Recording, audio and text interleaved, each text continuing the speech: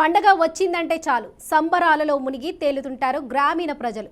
ముఖ్యంగా సంక్రాంతి పండుగ అంటే సంబరాలకు కొదవే ఉండదు. ఇక కొందరు రంగులు చల్లుకుంటే ఇంకొందరు ఆటపాటలతో మునిగి తేలుతుంటారు. అయితే సంక్రాంతి వేళ కొన్ని గ్రామాల్లో జరిగే సంబరాలలో యువకులు మాత్రం రక్తం కళ్ళు చూడాల్సిందే. వేలాది మంది మధ్యన జరిగే ఈ సంబరాల్లో యువకులు ప్రాణాలను సైతం లెక్క చేయరు. అదే ఈ జల్లికట్టుకు ఉన్న ప్రత్యేకత. ఇక చిత్తూరు జిల్లాలో తరతరాలుగా వస్తున్న ఈ సాంప్రదాయంపై ఓ లుక్కేద్దాం. సంక్రాంతి సంబరాలు అంబరాన్ని అంటేలా తెలుగు ప్రజలు ఇప్పటికే కూడా సిద్ధమవుతున్నారు. అతి తక్కువ సమయమే ఉంది సంక్రాంతి సంబరాలు జరుపుకోవడానికి.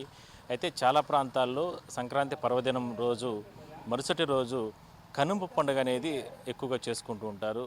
అయితే చిత్తూరు జిల్లా ఇందుకు వేదిక అవుతుంది. రాష్ట్ర వ్యాప్తంగా చాలా ప్రాంతాల్లో కోడి పందాలని లేదంటే జూదం అని ఇట్లా రకరకాల కార్యక్రమాలు జరుగుతూ ఉంటాయి. అయితే చిత్తూరు జిల్లాలో జల్లికట్టు పేరుతో పశువుల పండుగ అత్యంత వైభవంగా జరుగుతుంది. ఎందుకంటే చిత్తూరు జిల్లా 3 రాష్ట్రాలకి సరిహద్దులు, కర్ణాటక, తమిళనాడు, ఏపీ, ఈ 3 రాష్ట్రాలకు సరిహద్దుల్లో చిత్తూరు జిల్లా ఉంటుంది. కాబట్టి ఇక్కడ పెద్ద ఎత్తున జల్లికట్టు అనేది అంటే పశువుల పండుగగా చెప్పుకుంటారు. ఇక్కడ అందరూ కూడా ఆ కార్యక్రమాలు జరుగుతాయి. ఎందుకంటే తమిళనాడులో మనం చూసాం, చాలా ప్రాంతాల్లో ఈ జల్లికట్టు పేరుతో రకరకాల కార్యక్రమాలు జరుగుతూ ఉంటాయి. కర్ణాటకలో కూడా జరుగుతూ ఉంటాయి. అయితే ఏపీలో చిత్తూరు జిల్లాలో సరిహద్దుల్లో ఉన్నటువంటి ఈ చిత్తూరు జిల్లాలో పశువుల పండుగ ఇక్కడ పెద్ద ఎత్తున జరుపుకుంటూ ఉంటారు. ఇందులో ప్రధానంగా రంగంపేట జల్లికట్టు అనేది, రంగంపేట పశువుల పండుగ అనేది అత్యంత వైభవంగా జరుగుతుంది.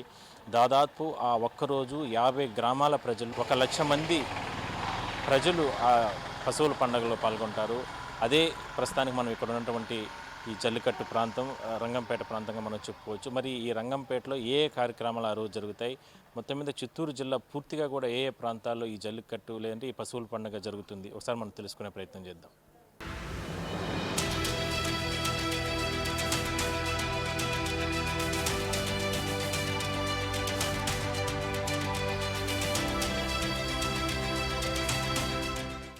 ఏపీలోని చిత్తూరు జిల్లాలో సంక్రాంతి పండుగ సందర్భంగా జరిగే జల్లికట్టుకున్న ప్రాధాన్యత అంతా ఇంత కాదు. తమిళనాడులో విశేష ఆదరణ ఉన్న జల్లికట్టును ఏపీలోని కేవలం చిత్తూరు జిల్లాలో మాత్రమే జరుపుకుంటారు. ఈ జల్లికట్టును ఎద్దుల పండు అని కూడా అంటారు. ఏడాదికి ఒక్కసారి వచ్చే ఈ పండుగను అత్యంత భక్తిభావంతో జరుపుకుంటారు. గోవులను పూజించిన తర్వాత సంబరాలు చేసుకుంటారు.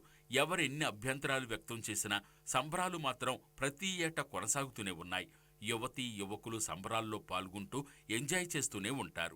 ఏడాదిలో ఒకసారి సంక్రాంతి సందర్భంగా జరిగే ఈ జల్లికట్టు చిత్తూరు జిల్లాలో తరతరాలుగా సాంప్రదాయబద్ధంగా కొనసాగుతోంది. జిల్లా వ్యాప్తంగా వారం రోజుల పాటు అత్యంత వైభవంగా జరిగే ఈ సంబరాలకు కుల మతాలకు అతీతంగా ప్రాధాన్యత ఇస్తారు. మా గ్రామంలో సుమారు 1000 పశువులు, 150, 10, 20 దొడ్లుగా విడివిడిగా ఉంటాయి. వాళ్ళు సంవత్సరం అంతా కూడా అడవుల్లో మేపుకుంటారు.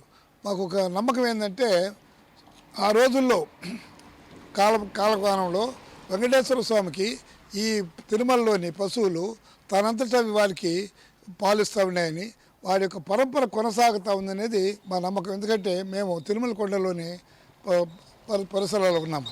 ఈ గ్రామం రంగంపేట. ఇది ఇప్పుడు రాష్ట్రంలో ఎక్కడా లేనంతగా ఈనాటికి కొనసాగుతూ ఉన్నది. వాటికి పలకలు కడతారు, కోడగుత్తలుగా ఉండేవి వస్తే పరిగెత్తాయి. ఎవరైనా యువకులుగా ఉండేవాళ్ళు వాటిని పట్టుకుంటారు, ఇప్పుంటారు.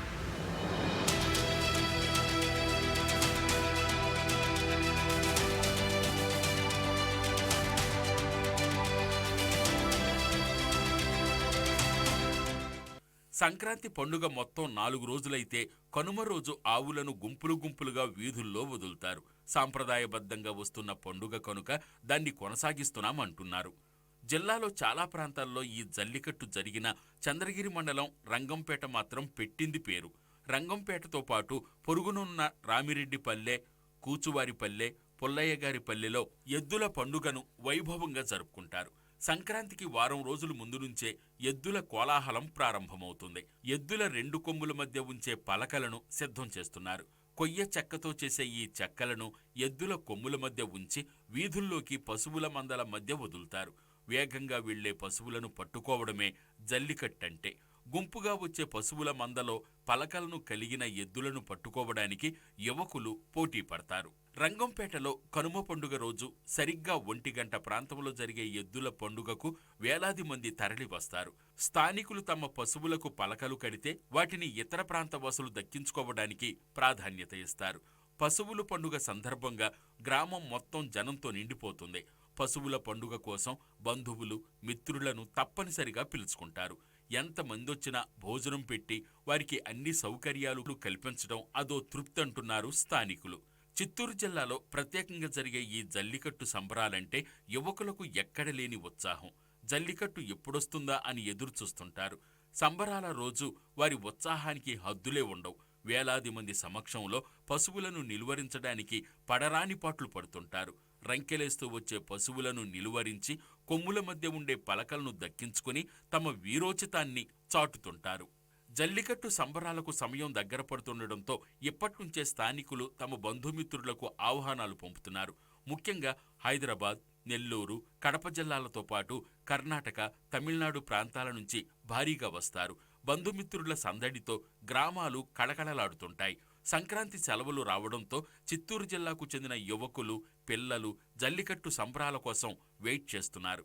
అయితే ఈ జల్లికట్టుపై విమర్శలు లేకపోలేదు.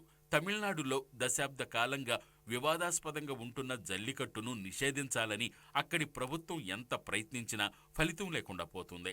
సాంప్రదాయాల ముసుగులో పశువులను హింసిస్తున్నారని గోవులను ప్రేమించేవారు ఆవేదన వ్యక్తం చేస్తున్నారు. పండుగ వేళ గోవులను పూజించాల్సి ఉండగా వాటిని హింసకు గురిచేయటం పట్ల అభ్యంతరం వ్యక్తం చేస్తున్నారు. అలాగే పశువులు బాగా పరిగెత్తడానికి కొందరు వాటికి మద్యం తాపుతుంటారు. పశువులకు మద్యం తాపడం వల్ల వాటికి అదనపు ఉత్సాహం వస్తుందన్నది వారి భావన.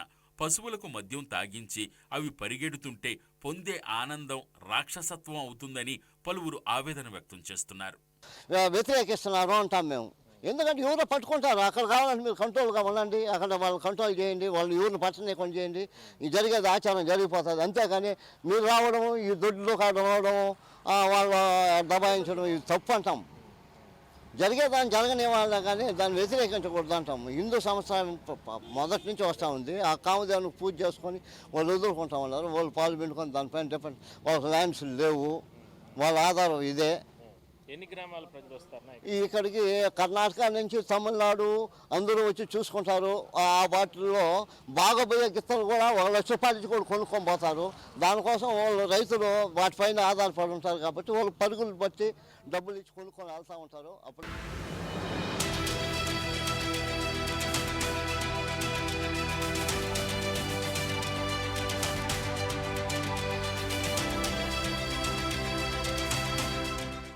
ఈ జల్లికట్టుపై ఎన్ని విమర్శలున్నా చిత్తూరు జిల్లాలో మాత్రం తరతరాలుగా ఈ సాంప్రదాయం కొనసాగుతోంది.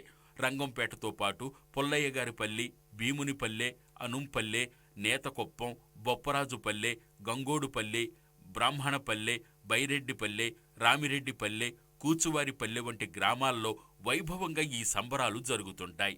ఈ జల్లికట్టును అడ్డుకుంటామని ప్రతి ఏటా పోలీసులు చెబుతూనే ఉంటారు. అయితే తీరా సంబరాల రోజు ఆ ప్రాంతాల్లో పోలీసులు పత్తా కనిపించరు. మందుబాబుల హంగామాకు హద్దులు లేకుండా పోతుంది.